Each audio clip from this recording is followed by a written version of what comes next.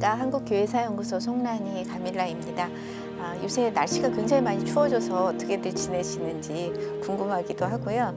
제가 지난번에 이제 조선의 신학생들이 유학을 간 거, 김대건 신부님, 최방재, 그 다음에 최양업 신부님까지 한번 쭉 훑어서 얘기를 해드렸어요. 그리고 페낭신학교 유학생들에 대한 재밌는 이야기들도 좀 해드리고, 그리고 페낭에서 유학하시고 온 김성학 신부님이 쓰신 회고기, 그런 것들도 그 에피소드별로, 그래서 뭐 페낭에 유학을 가는데 두꺼운 그 소물은 그 두루마기를 해 입고 갔다, 뭐 이런 이야기도 제가 해드린 적이 있죠. 그래서 이제 1892년에 그 미테일 주교가 이제 페낭에 있는 신학생들을 다 모두 이제 조선으로 다시 들어와서 용산에 있는 예수성심 신학교에서 공부를 마치고 사제가 되면 되겠다 해서 1892년에 페낭에 유학 갔던 신학생들을 모두 다 불러들여요. 그리고 나서 이제 사제가 11명이, 그중에서 11명이 사제가 되죠. 그리고 한참 지난 이후죠. 1892년이니까 어떻게 보면 그때는 이제 한국의 조선의 신학생들이 유학을 보내는 휴직이랄까요? 그런 거죠. 그러니까 박해가 다 끝났고 조선에서도 이제 다 공부를 할 수 있으니 이제 굳이 그 어려운 그 남의 나라로 보내기 어렵다, 이렇게 한 상황이었는데 1919년에 그 이탈리아에 있는 로마 교황 창립 대학이죠. 우르바노 대학교로 신학생을 보내라라는 이제 교황님의 편지를 받게 되죠. 뭐 우르바노 대학을 나오신 신부님들이 이제 뭐 공부하신 분들 굉장히 많으신데, 그 우르바노 대학교는 그 이름에서 알 수 있듯이 그 교황님 우르바노 8세가 에서 이름을 딴 거예요. 설립자이신. 그래서 이제 우르바노 대학교를 세웠을 때 교황 창립 대학으로 승격을 시키고, 그 전에는 그 스페인 광장이요. 우리가 알고 있는 그 유명한 계단 있는 그 스페인 광장 옆에 인류모구마성 건물이 있는데, 거기에서 이제 일부를 그 우르바노 대학생들이 사용하다가 1926년에 이제 현재 바티칸 시국이 내려다보이는 언덕으로 이전을 했다고 해요. 지금도 이제 우르바노 대학에 가보신 분은 아시겠지만, 거기서 그 제일 꼭대기층에 올라가서 이렇게 내려다 보시면 그 로마 시내가 쫙 내려다 보이고, 바티칸의 이제 그 두오모도 다 보이고, 이런 대성전 광장 이렇게 쫙 보이거든요. 그래서 어쨌든 거기에 우리 지금도 우리 한국 천주교회 그 부제님들이 가서 공부를 하고 계신 걸로 알고 있어요. 그래서 이 우르바노 대학교의 그러면 첫 조선인 한국인 유학생은 누구였을까? 그래서 2명이 있었어요. 이게 1919년 8월 4일에 드망주 주교의 일기인데, 오늘 우편물에 로마로 신학생들을 보낼 것을 명령하는 편지 한 통이 있었다. 나는 학생 2명을 데리고 갈 건데 교황님은 양대목구, 그러니까 이게 1919년이면 조선이 대목구가 2개로 나눠졌을 때예요. 하나는 서울, 하나는 대구. 이게 1911년에 대구 대목구가 분리가 되잖아요. 그래서 그 두 대목구, 서울 대목구, 대구 대목구에서 신학생을 1명 혹은 2명 보내라라는 그런 편지가 왔다고 되어 있었어요. 그래서 그때 이제 유학을 간 신학생의 2명의 사진이 남아 있어요. 송경정과 전아오인데, 드망주 주교님이 그 19년 8월에 이거를 받고 여권 준비 누구를 이제 보낼까를 생각하셨겠죠. 신학생들 중에. 그때 이제 동기가 3명이 있었다고 해요. 이 송경정, 그다음에 전하오 외에 변 마테오라는 사람이 있었는데, 이제 그 중에서 2명을 뽑아서 이제 파견을 하게 된 거죠. 제가 거기 정리를 해봤는데 1919년 11월 19일에 여권 신청서 관련 서류를 제출했어요. 저희도 이제 지금이야 그 여권을 받고 뭐 이렇게 하는 게 쉬워졌고, 비자를 안 받고 관광도 갈 수 있고 뭐 이렇게 하지만, 어쨌든 이 사람들은 장기적으로 가서 유학을 하는 거고, 그리고 그 일제강점기에 그 여권을 받는 게 굉장히 쉽지가 않았다고 합니다. 그래서 11월 19일 날 신청 서류를 보냈는데 23일 날 사증을 받은 여권을 받고 24일 날 배를 타는 거죠. 그러니까 얼마나 이게 빠르게 속도로 진행이 됐는지 아시겠죠. 그런데 1919년에 왜 서울대목구에선 그런 유학생을 안 보냈나? 대구에서만 보냈나? 라고 이제 저도 이 자료를 논문을 쓰면서 생각을 해봤어요. 그래서 그때 시대 배경이라든지 이런 걸 봤더니 그 1914년에 제 1차 세계대전이 있었고 그래서 조선에 파견된 그 프랑스 선교사들이 본국으로 가서 군대를 가야 했어요. 그러다 보니까 굉장히 많은 수가 이제 그 전쟁 때문에 조선을 떠나야 됐고, 그 서울대목구 같은 경우에는 그때 신학교에 기낭 신부님, 교장 신부님이셨죠. 진보안이라는 한국 이름을 갖고 계신 그 기낭 신부님 혼자만 남아 있는 상태였어요. 사실 그때 미트엘 주교는 신학생들을 더 많이 양성하려고 그 건물을 막 신축하고 막 이런 작업을 하고 있을 때였거든요. 그래서 이제 신학생을 굉장히 많이 받아야겠다라고 생각을 했는데 이제 세계대전으로 그 선교사들이 다 본국으로 돌아가고 이런 일이 있다 보니까 서울대목고에서는 아예 신학생, 예비 신학생을 받지를 않았다고 해요. 그러니 이제 그 로마로 보낼 신학생이 있지도 않았죠. 왜냐하면 19년, 그러니까 양성이 좀 되고 보냈어야 하니까 14년에 안 받았기 때문에 이제 그런 상황이 되었다고 합니다. 그래서 대구에서만 이제 2명이 가죠. 이 대구의 그 2명은 그 대구가 1911년에 이제 대목구가 생기고 나서 14년에 성 유스티아노 신학교가 생기죠. 그 신학교 안에서 14년에 입학했고 공부를 하고 이제 19년에 유학을 떠나게 된 학생들이었어요. 이 서류를 받는 과정이 굉장히 복잡하고도 어려웠다고 해요. 그 드망주 주교님 일기에는 일본인들이 조선 사람들을 삼천리 금수강산이라는 대규모 감옥 속에 몰아넣고 마음대로 할 작정인가 보다. 그래서 외국 사람들이 나가는 게 너무 어려웠다. 그래서 뭐 그 일제 강점기에 우리 그 독립운동을 하거나 뭐 어쨌든 유학을 가거나 이런 사람들 중에는 그 정식 절차를 받아서 유학을 가는 것도 어려웠고, 그래서 몰래 이렇게 가는 국경을 넘어서 아니면 뭐 배를 타고 중국을 통해서 가거나 이런 분들이 굉장히 많았다고 해요. 그 여권 신청 서류가 원본이 남아 있어요. 1919년에 그 신청을 했던 2명의 이제 서류가 남아 있는데 송경전과 전아오의 서류가 남아 있죠. 그 제가 순서대로 이렇게 봤더니 8가지의 서류를 뭐 이렇게 관련 자료를 내었어야 하는데 제일 첫 번째 게 해외여행 발급 신청서, 네, 그리고 2번째는 건강진단서, 그리고 3번째 이력서, 그리고 이제 승낙서, 그다음 보증서, 증명서, 그리고 민족 등본이죠. 그러니까 지금에 얘기하면 이제 주민등록 등본 같은 거겠죠. 그런 거, 그리고 이제 그 학생들의 사진 이런 거를 이제 총독부에 제출을 해야, 경찰에 제출을 해야 이제 이거를 서류를 내주는 거였죠. 그래서 그 드망주 주교님이 그 19일에 아까 말씀드린 것처럼 그 서류를 경찰에 제출을 하고 그 다음 날 이제 그 경찰이 조사를 하러 온다고 해요. 정말 이 서류에 있는 대로 학생들이 있는지, 그리고 뭐 증명서에 써 있는 대로 그 2명의 프랑스 선교사가 제대로 있는 건지, 또 그 학비 라든지 이런 비용을 다 댈 수 있는 여건이 되는 건지 그런 거를 이제 직접 와서 확인을 했다고 하고요. 그 23일 날, 그러니까 24일 날 떠나는데 23일 날 여권을 가지고 오잖아요. 그때 이제 무쇠 신부님이 시간이 너무 오래 걸리니까 서울까지 올라가서 기차 타고 서울에 올라가서 그 서류 사증이 찍힌 그 여권 서류를 가지고 그날 밤에 내려와서 바로 드망주 주교님한테 전달했고, 그래서 그 다음 날 드망주 주교님이 신학생 2명을 데리고 이제 배를 타시고 로마로 출발을 하시죠. 그래서 그때 제가 이거 말씀드린 것처럼 서류가 굉장히 많죠. 그래서 한번 서류를 하나하나 좀 전아오의 서류를 가지고 한번 이야기를 해드리려고 합니다. 여기에 보면 해외여행 허가 신청서라고 되어 있죠.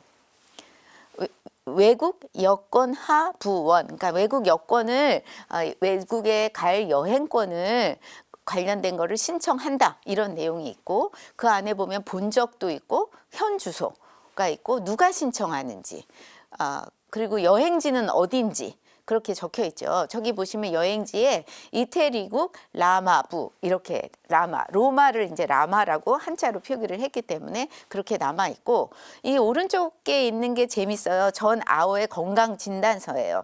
저기 보면은 나이도 있고 19세, 신장이 159cm였대요. 굉장히 그때는 좀 못 먹어서 그랬을까요? 크지는 않았던 것 같아요. 뇌의 둘레도 적혀 있어요. 뇌의 둘레가 77cm고 체중이 48kg였다고 합니다. 그리고 시력은 굉장히 좋아요. 좌우가 2.0이었대요. 그래서 이제 이렇게 건강 진단서를 쓰고 그 건강 진단을 한 의사의 그 내용이 적혀 있어요. 담당 의사의 그 소견서죠.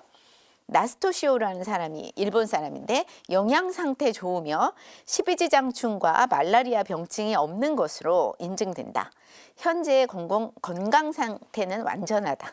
전 아오의 예후를 볼 때 직장을 옮겨도 충분히 견뎌낼 것. 이렇게 소견서까지 이렇게 써준 아오의 건강 진단서가 남아 있어요. 그래서 어쨌든 어디로 가는 거에 대해서 뭐 로마에 가서 유학을 하든지 뭐 직장을 옮기든지 충분히 견뎌낼 수 있을 것이다. 이런 내용이 적혀 있다는 게 뇌둘레까지 적어서 건강 진단서에 이렇게 담아놓은 게 굉장히 참 재미있다라는 생각을 했습니다. 두 번째 제가 이제 얘기한 건 이력서예요. 이력서의 내용이 굉장히 길죠. 본적은 전라남도, 제주도, 제주면 이도리 1412번지라고 적혀 있고요. 명치 27년이죠. 1894년 4월 24일생. 네, 1894년. 그리고 신분은 양반이고 직업은 농업이다. 학업란에는 보면 1911년 9월 1일부터 대정 3년, 14년에는 본적지에 소재한 본적지 제주도에 있는 소학교를 다녔고, 그리고 이제 거기서 공립보통학교를 수학하고 나서 9월 15일, 그러니까 대정 3년에 대구부 청주공교 성유스티노 신학교 중학과에 입학했고, 대정 8년이죠. 1919년 10월 30일에 학교를 졸업했다. 이 전 아오에 대한 이력서가 자세하게 적혀 있어요. 그리고 나서는 이제 승낙서예요. 이 사람이 로마로 가서 유학을 해도 좋겠다라는 그 경상북도 지사의 또 승낙서를 거기에 첨부했어야 합니다. 그래서 이 사람이 이번에 이탈리아 로마에 있는 천주 공교대학교에 유학하여 6년간 수업받는 것을 승낙합니다. 해서 그 경상북도 도지사인 후지카와 이사부로가 이렇게 정해서 이제 승낙서를 받아서 사인을 받는 그런 형식으로 이 승낙서를 우리가 이렇게 제출했었다라는 거를 이제 그 이사부로한테 보낸 그 서류도 남아 있습니다. 그리고 또 하나 있죠. 보증을 해야 돼요. 돈이 많이 드는 거잖아요. 이 돈을 어떻게 할 건가에 대한 보증서죠. 이탈리아 로마에 유학하는 6년 동안 신학 수업을 하는데 이태리에 배를 타고 가는 데 있어서 드는 비용, 그죠? 왕복 여비, 그다음에 거기서 공부하는 비용, 그다음에 또 뭐 살면서 먹어야 하는 여러 가지 기타 경비, 또 책도 사봐야 되고 뭐 옷도 사 입어야 되고 그런 내용이겠죠. 그런 거를 일체를 그 두 명의 선교사가 보증을 한 거죠. 우리가 일체의 비용을 다 지불한다. 그 보증인의 주소가 대구부 남산정이죠. 지금 대구 대교구 교구청이 있는 그 동네죠. 거기 그래서 불국인, 프랑스인 플로리앙 드망주, 그다음에 프랑스인 제르맹 무세 그 두 명이 이제 서류에 사인을 했죠. 우리가 이들의 돈을 다 내겠다. 그래서 그 옆에 있는 그 보증서를 자세히 보시면 그 밑에 이렇게 일본어로 그 드망주 주교의 이름이랑 무세 주교의 이름을 적은 게 보이실 거예요. 그래서 이런 식으로 보증서까지 썼고 그 다음에 이제 또 증명서를 썼어야 해요. 굉장히 서류가 많죠. 이 사람은 이번에 저의 후원에 의하여 이탈리아 로마에 있는 그 천주 공교 신학대학교에 유학하여 6년간 수업을 할 것이라는 사실에 어긋남이 없음을 증명합니다. 이런 내용을 딱 적어서 그 플로리앙 드망주 주교님이죠. 그 대구 대목구 대목구장인 드망주 주교님이 이제 증명하는 그 사인을 하셨죠. 여기에 있는 국적이 보면 프랑스 파리 츠바쿠가 128번지라고 되어 있는데 지금 그게 파리 예방종교회 주소예요. 그래서 리박해서 128번지 이렇게 되어 있는 주소가 남아 있습니다. 그래서 이런 증명서까지 해서 이제 서류를 다 맞춰서 사증을 받았죠. 그 무세 주교님이 서울 올라와서 이탈리아 대사관 가서 사증을 받아가지고 이제 도장을 찍어서 받아가지고 내려오시죠. 그때 신학생들의 모습이에요. 이거는 가기 전은 아니고 그 이제 학생으로 있을 때의 모습이죠. 가운데 계신 분이 그때 이제 교장 신부님이신 샤르즈 베프 신부님이시고, 양쪽에 이제 왼쪽이 전아오, 오른쪽이 송경정. 그래서 송경정의 세례명은 안토니오였고요. 전아오 아우구스티노의 아오의 세례명은 아우구스티노였습니다. 동기가 최덕홍 주교님, 뭐 이기수 몬시뇰, 석정관 신부님, 김필곤 신부님, 이런 분이 동기였다고 해요. 이분들의 이름을 아시는 분들도 많이 계실 거예요. 근데 그때 동기 중에 2명이 선택이 돼서 이제 로마로 유학을 떠난 거죠. 그래서 제가 이 송경정과 전하오의 그 이력 내용을 좀 정리를 표로 한번 해봤어요. 본 적은 이제 송경정은 대구 사람이었거든요. 달성군, 달서면 비산동 사람이었고, 그 전하오는 제주도 사람이었죠. 근데 생년월일을 보면 그 송경정은 1900년 4월 24일 생인데 그 아오는 1894년 4월 24일 생이에요. 어떻게 생일이 이렇게 똑같을 수 있을까라는, 그것도 좀 절묘하네, 이런 생각을 저도 좀 한번 해본 적이 있습니다. 그리고 그 이력서에 아버지와 이 사람을 증명해주는 아버지와 어머님이 이름이 적히는데, 그 송경정의 아버지는 송기택, 그 전하오의 어머니는 김아서지, 이렇게 이름이 되어 있어요. 그래서 이제 전아오랑 송경정이 1920년 1월 21일에 로마에 도착을 하죠. 그리고 1월 26일 날 교황 베네딕토 15세를 아련을 해요. 한국인으로서, 그러니까 조선 한국인으로서 교황님을 아련한 첫 번째 사람들이죠.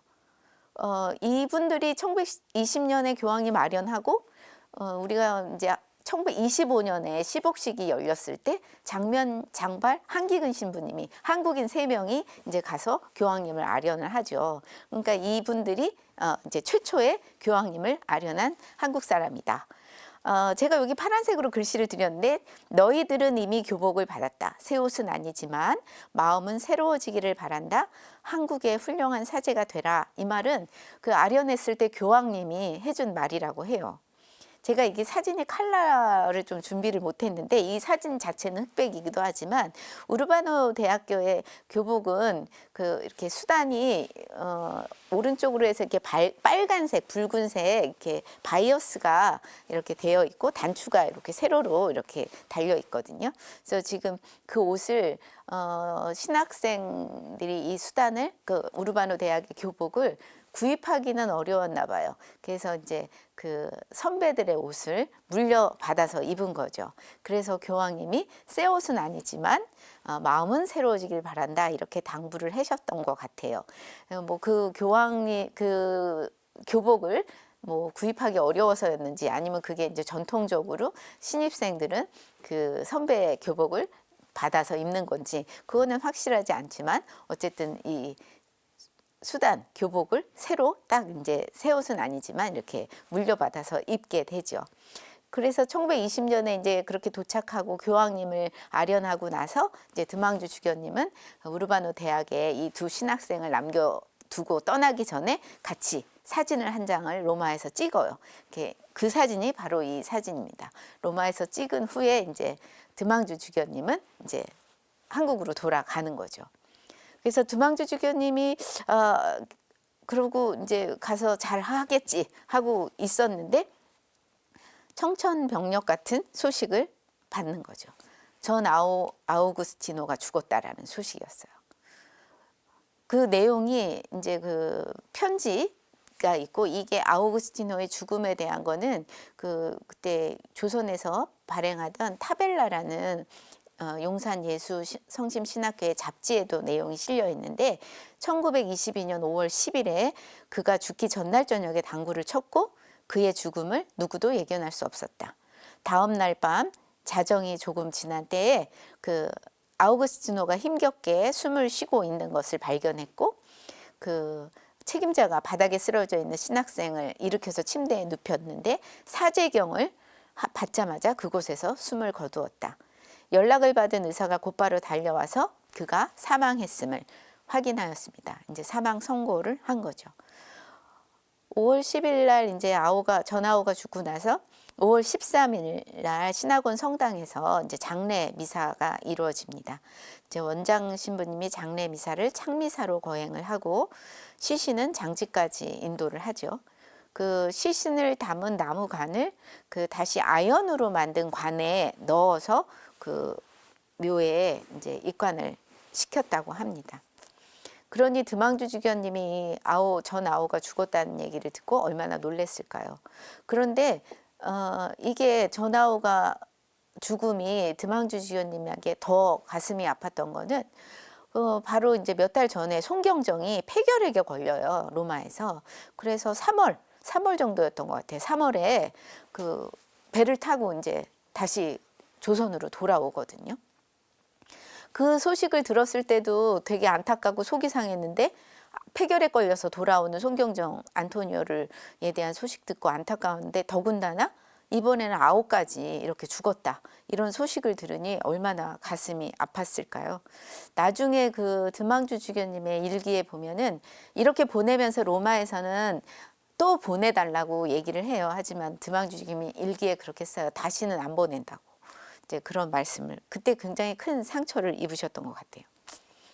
그리고 나서 이제 우르바노 신학교 잡지 알마 마텔이라는 1923년 잡지인데 거기에 동료 신학생들이 증언을 해요. 전 아오는 로마에 있는 많은 성당과 기관 단체들이 성모님께 봉헌된 것을 보면서 되게 감탄을 했다. 이제 로마에 와서 공부만 한 것도 아니겠죠. 이제 로마 시내도 이렇게 친구들이랑 같이 돌아보기도 하고 했겠죠. 그래서 어쩜 이렇게 성당이 많을까?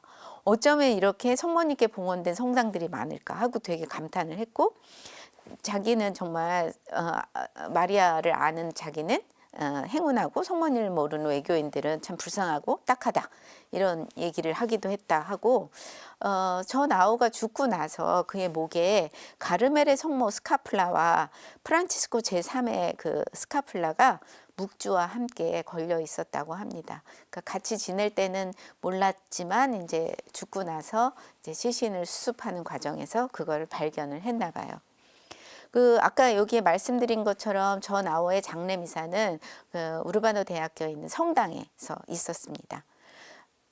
여기에도 또 동료 신학생들의 증언이 또 있는데 전 아오는 모든 책과 노트에 자신이 가장 큰 목표로 삼았던 모든 이에게 모든 것이라는 구절을 써놨다.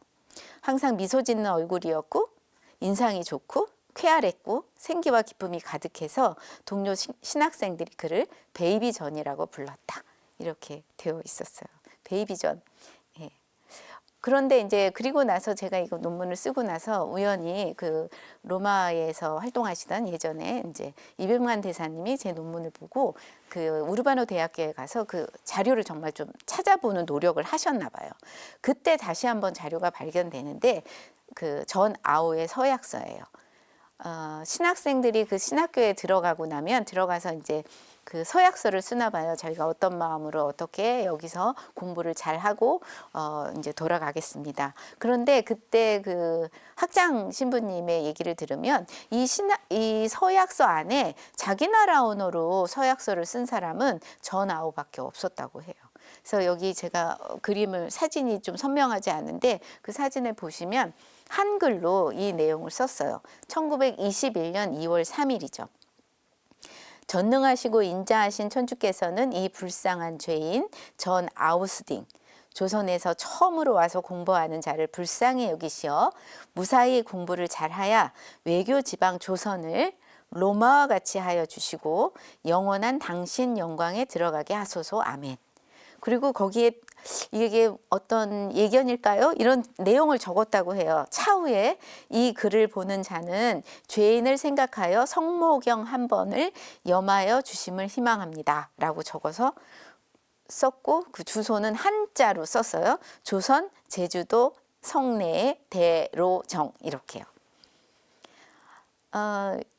이 서약서를 보면서 또 전하오가 그때 그렇게 죽었다는 거에 대해서 되게 가슴이 아팠는데 그 베이비 전에 이런 식으로 서약서를 썼다는 것 그리고 정말 간절히 자기가 공부를 열심히 잘하고 또 조선을 그렇게 선교를 잘해서 로마처럼 이렇게 할 수 있게 해달라. 모든 사람들이 그 로마처럼 신앙을 가지고 살 수 있게 해달라. 이런 거를 기도를 그렇게 남겼다라는 게 굉장히 이렇게 마음에 와닿았고 그분이 또 그렇게 사제가 또 못 되고 그렇게 돌아가신 것이 좀 마음이 아픈 그런 생각이 들었습니다. 그래서 그 로마 울바노에서 유학하시는 사제들은 그 위령성월이 되면 그 전 아오의 무덤이 그 로마 외곽에 있는 공동묘지에 있거든요. 거기에 가서 이제 참배를 한다고 해요.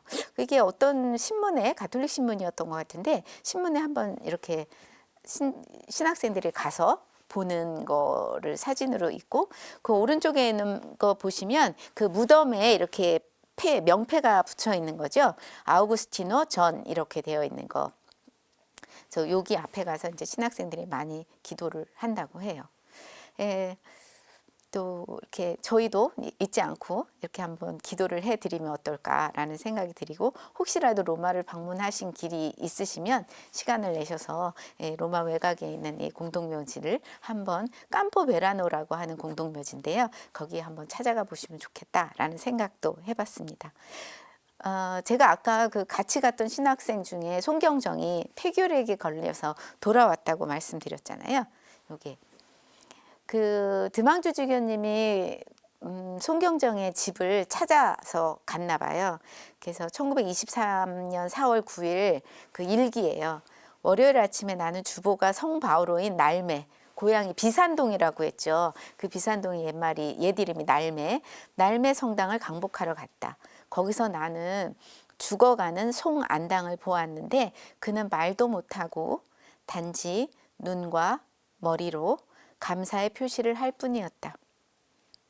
성당에는 그 날매 성당에 이게 굉장히 그 날매의 지역에 신학생이 유학을 떠났으니까 거기서 또 교황님을 아련하고 왔고 또 거기서 찍은 사진을 성당에 걸어 놨었나 봐요. 그래서 성당에는 송안당과 전 아우스팅이 아주 건강한 모습으로 나와 함께 찍은 사진이 걸려 있었다. 그 사진은 로마에서 1920년에 찍은 것이었다. 라고 이제 드망주가 그렇게 하고 그리고 나서 이제 나중에 송경정이 죽었다는 소식을 듣죠. 송경정은 1923년 5월 7일 집에서 사망하였다. 그러니까 아까 전 아오는 5월 10일에 그 장례 미사를 제가 했다고 했죠. 그 전에 죽었고 그 같은 5월에 송경정과 전 아오가 죽은 거예요. 생일도 4월 24일이 같은 거였는데 어떻게 죽은 것도 같은 달에 이렇게 선종을 할 수 있었을까라는 생각도 참 역사라는 게 역사에서 일어나는 여러 가지 일들이 지금 다시 볼 때 야, 얼마나 이런 일이 있을 수 있을까라는 생각들을 하게 만드는 사건이었죠. 그래서 그 옆에 있는 이 사진이 이제 셋이서 같이 찍은 사진이죠. 옷을 입고 같이 찍은 사진이 걸려 있습니다. 근데 제가 이 논문을 쓰면서 계속 뭐 자료를 찾아봤는데 송경정의 무덤을 찾을 수가 없었어요.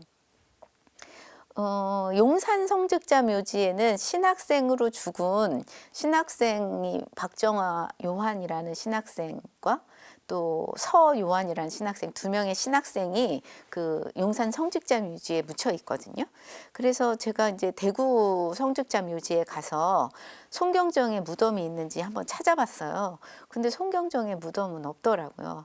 그래서 그게 좀 안타까웠어요. 도대체 그럼 송경정의 무덤은 어디 있을까? 아마 이제 집에서 죽었으니까 그 뭐 선산이나 그 집 근처에 있는 곳에 묻혔을 것 같아요. 만약에 신학교에서 죽었다면 송경정도 대구 성직자 묘지에 묻혔을 텐데라는 이제 그런 생각을 해보기도 했습니다. 그래서 만약에 이제 누군가가 이 강의를 들으시고 송경정의 무덤이 어디 있는지 그 집안의 어른들이나 이렇게 해서 찾아질 수 있다면 얼마나 좋을까 이런 생각을 좀 해보게 됩니다.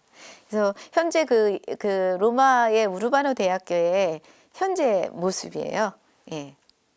그래서 이탈리아 로마 교황청립 우르바노 대학교의 현재 모습이고, 송경정 송하오가 그렇게 죽고 나서 정말 대구 대목구도 서울 대목구도 신학생을 보내지 않습니다. 그러다가 신학생이 이제 두 번째 우르바노 대학교에 신학생이 가는데 그때는 1933년이에요. 그때는 서울 대목구 아니고 또 대구 대목구도 아니고 그때는 평양교구죠. 평양 지목구. 평양 대목구에 그 신학생 2명이 유학을 떠납니다. 우르바노 대학교로요. 그래서 김필현 신학생, 그다음 박용옥. 그래서 둘이 동성상업학교죠. 일조를 졸업하고 33년에 이제 모리스 몬시뇰의 추천을 받아서 그 우르바노 대학에 갑니다. 그리고 그들은 39년이요. 3월 18일에 그 로마 성바오로 대성전에서 그 사제 서품을 받고 귀국을 해서 평양교구의 사제로서 활동을 하죠. 이분이 김필현 신부님이랑 박용옥 신부님이에요. 근데 이제 아시겠지만 평양교구의 순교자죠. 홍요한 그 주교님이랑 이 두 분은 이제 한국 전쟁 때 한 분은 이제 피살이 된 걸로 추측이 되고 또 한 분은 행방불명인 걸로 되어 있습니다. 그래서 평양교구에 그 저희가 하느님의 종으로 지금 기도를 많이 하고 있습니다. 33년에 이들이 갔고 39년에 이제 사제로 돌아오고 27년이 평양교구 설정 100주년이거든요. 그래서 여러 가지로 이제 이 분들이 굉장히 의미 있는 시기를 그곳에서 보내시고 또 평양교구에 와서 그 이 사진을 보시면 신자들이랑 정말 즐거운 한때를 그렇게 보내고 이렇게 아름다운 사제로서 이렇게 잘 사시다가 이제 한국 전쟁 때 그런 일을 당하셔서 이분들을 위해서도 저희가 많이 기도를 또 해야 되지 않을까? 또 그리고 또 이분들에 대한 자료라든지 이분들의 덕행이나 그런 거에 대한 자료를 더 발굴해야 하지 않나 이런 생각도 해봤습니다. 로마의 이제 우르바노 대학에 대한 이야기가 끝났다면 저희한테는 이제 유학을 이제 신부님들은 그 다음부터는 굉장히 많이 가시기 시작하죠. 뭐 유널스 신부님도 소르본에서 공부를 하시고, 뭐 정규만 신부님도 공부를 하시고 이런 식으로 계속을 했는데 60년대 이제 저희가 그 한국 전쟁 이후에 많은 신학생들을 보낸 게 이제 오지리라고 하는데 오스트리아로 많이 보내죠. 거기에 오스트리아 인스부르크에 있는 카니시아눔이라는 곳으로 이제 조선의 그러니까 한국 신학생들이 많이 유학을 떠납니다. 이 인스부르크에 있는 이 학교는 그 1669년에 세워졌고요. 1858년에는 이제 신학 공부를 하는 사제 지망생들을 위한 기숙사가 되었다고 합니다. 뭐 건물이 굉장히 고색 찬연하다고 할까요? 그렇죠. 이 대학에서 공부를 한 첫 유학생이 저희가 잘 알고 있는 장익주교님, 그리고 그 이후에 이제 최윤한 신부님, 그리고 뭐 안명옥 주교님, 지금 의정부 교구장이신 손희성 주교님, 뭐 백이현 주교님, 심상태 신부님 이런 분들이 이제 초기에 오스트리아의 인스부르크에 가서 공부를 열심히 하셨어요. 이 인스부르크에 대해서는 이제 저희가 거기에서 신학생 공부를 한 거기 사제 서품을 받은 또 부제가 된 그런 분들에 대해서 3명에 대해서 이야기를 할 건데 우선 요 사진을 한번 보겠습니다. 여기에 제가 빨간색으로 표시해 놨는데 이게 장익주교님이세요. 1959년에 이제 신입생으로 입학을 하셨다고 합니다. 그리고 나서 이제 수원교구의 박경식 루카 신부님이 이곳으로 유학을 떠납니다. 이분이 39년생인데 광주 둔전리에서 이남 이녀 중에 출생했다고 하고 성신 중고등학교를 졸업하고 60년에 가톨릭 대학교 입학하고 그리고 65년에 그 오스트리아 인스부르크로 유학을 떠나요. 그래서 그 이제 그때만 해도 한국 교회가 그렇게 이제 막 이렇게 돈이 없을 때이기도 하고 하니 외국으로 이렇게 유럽으로 유학을 갈 경우에 그 지원도 많이 받고 어떤 이제 본당에서 특별히 이 신부님을 지원해 주기도 했다고 해요. 그래서 그 본당에서 이제 68년에 부재 수품을 받았고 69년이죠. 그 이듬해 3월 16일에 독일 슈파이어 주교자 성당에서 사제로 이제 수품을 받았다고 합니다. 그래서 이제 수원교구에서는 그 유학을 가서 이제 처음으로 이제 사제 서품을 받으신 거죠. 그런데 너무 안타까운 일은 이분이 사제 서품을 받고 그 며칠 후에 자동차 사고로 돌아가신다는 거죠. 69년 3월 23일 날 은인 본당인 다이데스하임에서 그 본당에서 첫 미사를 하고 그 한국에서 이제 수원교구장이셨던 당시 윤공희 주교님이 그 직전을 하러 그 첫 미사를 직전하고 그 다음에 사제 서품식에 참석하기 위해서 오세요. 오셔가지고 사제 서품도 주시고 첫 미사도 다 하고 그런 다음에 이제 윤공희 주교님이 쾰른 공항으로 가시는 걸 환송을 하러 그 나이데스하임 본당 신부님이랑 그 박경식 루카 신부님이 차를 모시고 가서 이제 공항에서 환송을 하고 본당으로 돌아오는 길에 그 화물차랑 충돌을 해요. 그래서 사망을 하시죠. 그래서 그때 이제 뭐 그 신자들이 엄청 많이 울었다고 하고 다행히 그 본당 신부님은 사셨지만 너무 많이 우시고 가슴 아파하셨다고 해요. 많이 다치셨지만 이제 목숨은 건지셨고 그래서 그 성당에 있는 묘지에 이 박경식 신부님을 모셨다고 하죠. 박경식 신부님은 그리고 이제 한참 지나서 2017년에 이제 유해가 고국으로 돌아옵니다. 그러니까 69년에 돌아가시고 나서 이제 거의 제가 따져보니까 한 50년, 뭐 48년 만에 이제 모시고 고국으로 돌아오는 거죠. 이성호 주교님이 거기 가셔서 미사하시고 집전을 하신 후에 이제 본당 신자들이랑 다 참석한 가운데 해서 모시고 오는데 그때 노래를 틀어줬다고 해요. 그 박경식 신부님이 굉장히 좋아하시던 노래래요. 장하다 순교자. 그 노래를 틀어줬고 이제 떠날 때까지 조종을 계속 쳤다 이렇게 하시더라고요.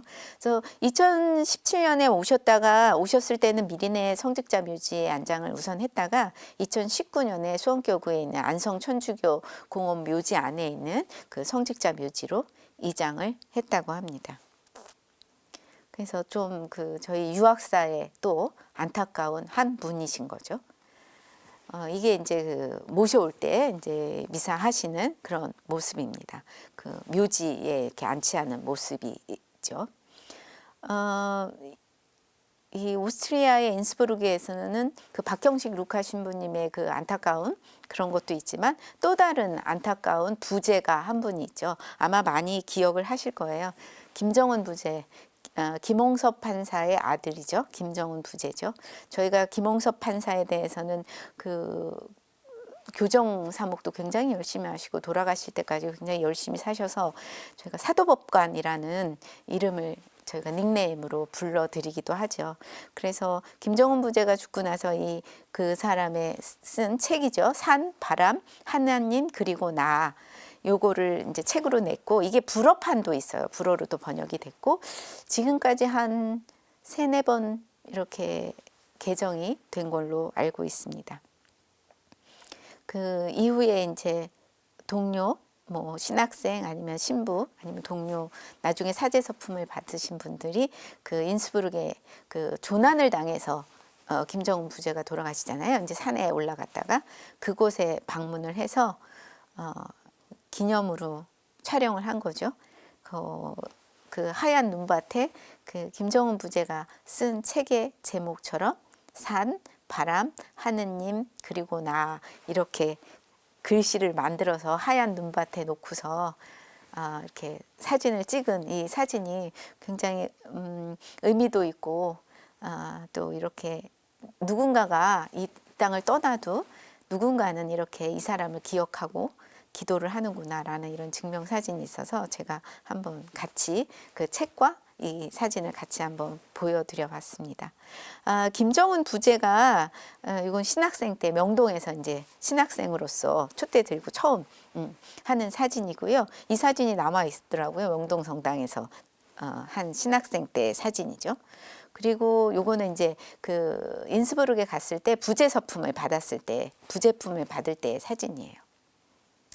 그리고 다음은 이제 여기 김홍섭 판사가 죽기 전에 미리 준비해 놓은 가족 묘지인데, 내용을 그 묘지석에 보면 쟤는 이제 뭐 땅에, 그 다음에 영혼은 하늘로 올라간다, 그런 내용의 그 표지석을 만들어 놓았죠.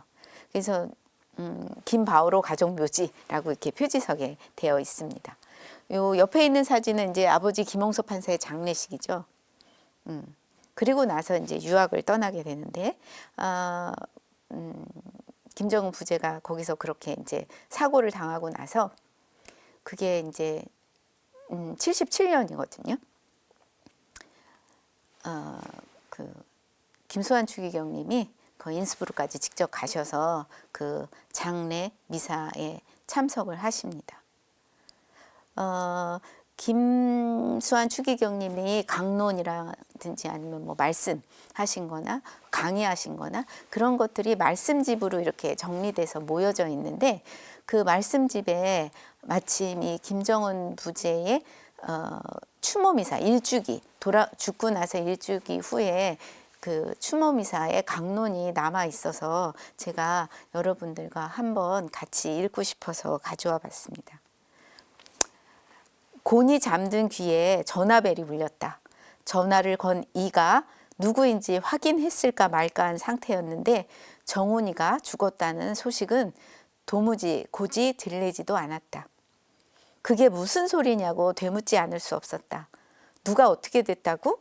누구 말이야? 죽다니. 어떻게?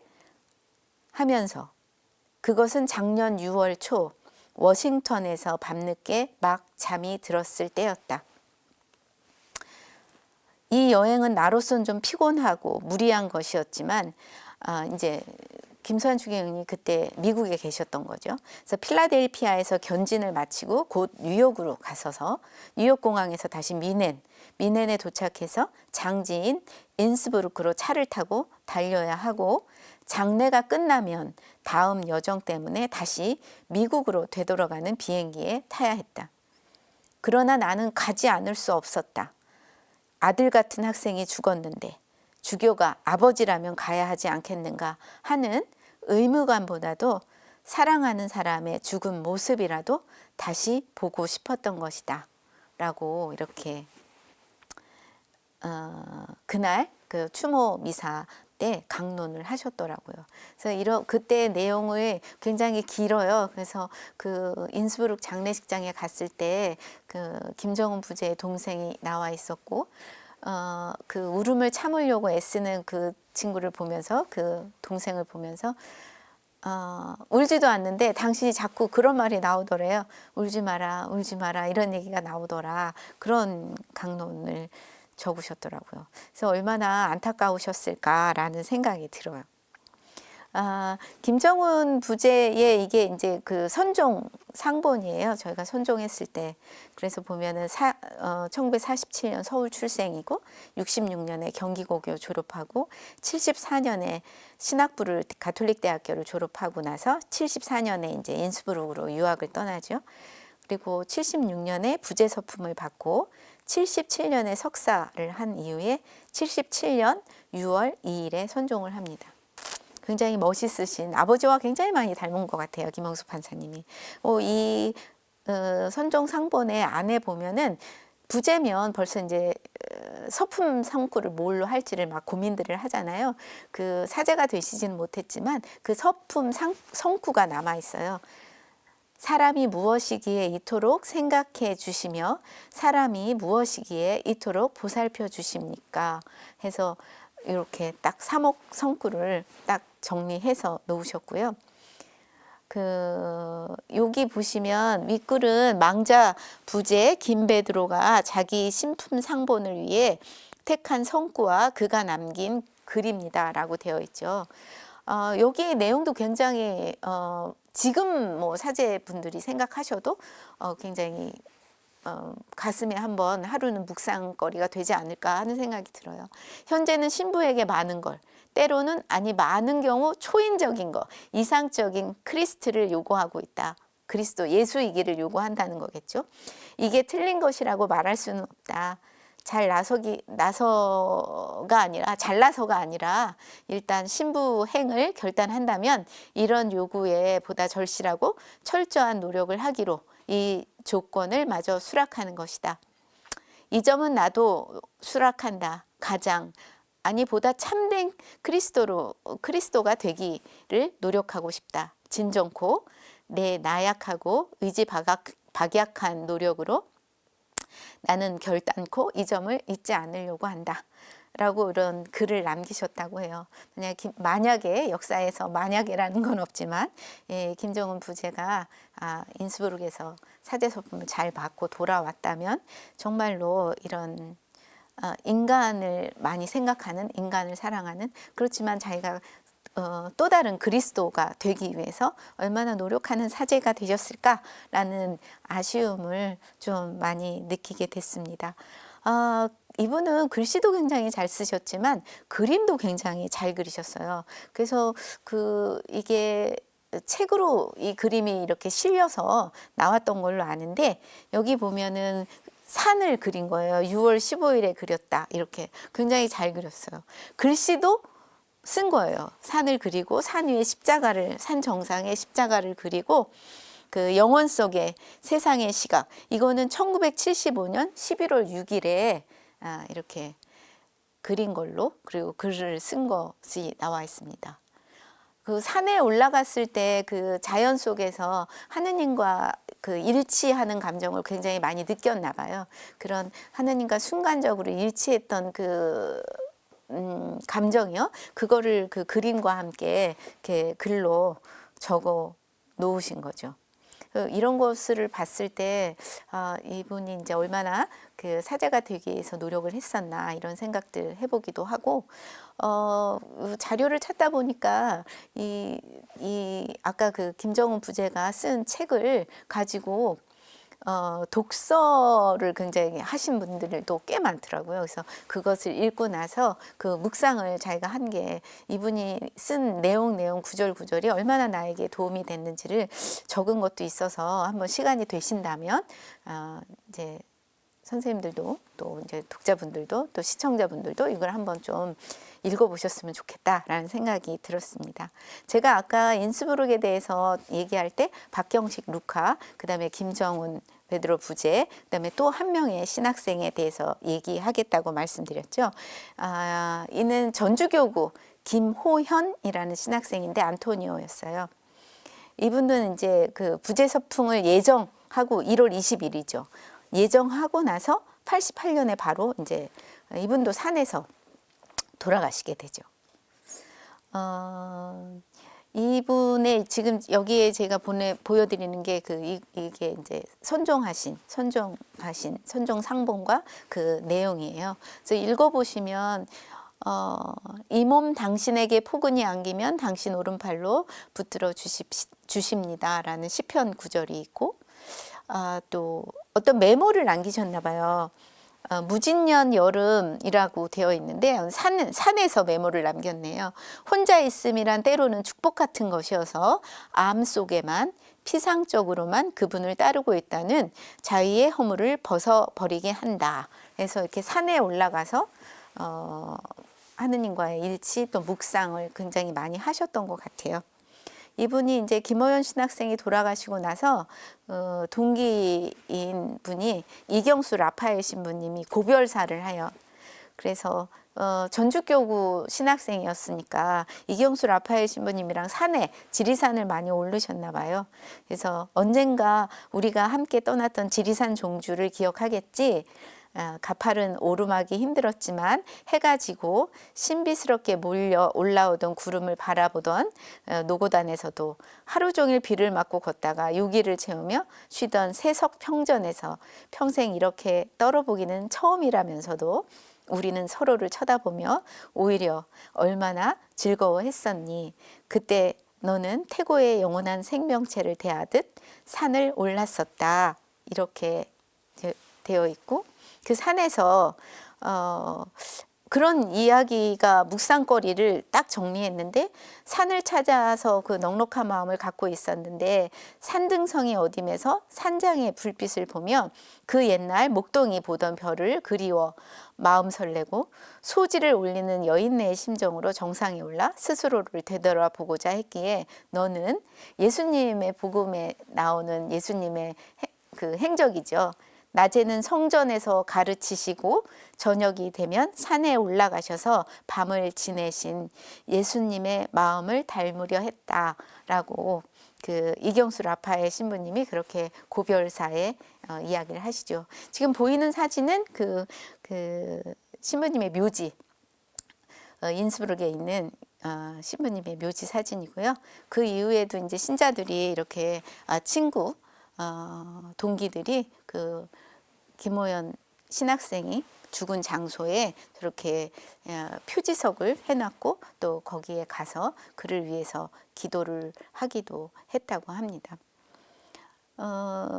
이 인스브룩에서 이제 공부를 했던 3명의 안타까운 사제, 그리고 부제, 신학생의 이야기로 이제 조선의 한국의 신학생들의 유학에 대한 이야기를 마치려고 하는데 그 마지막에 그 김수환 추기경님이 그 김정은 부제 장례식에 갔을 때 그리고 추모미사 할 때 얘기한 게 그 점을 되게 안타까워하셨더라고요. 자기가 김정은 부제가 자기한테 사제 소품을 받고 싶다고 그 추기경님의 일정에 맞추다 보니 그 사제 소품 날짜를 좀 늦췄나 봐요. 그래서 그게 계속 가슴이 아프다고. 자기가 그냥 좀 일정을 일찍 맞춰서 사제 소품을 받게 했으면 얼마나 좋았을까라는 말씀을 하셨다고 합니다.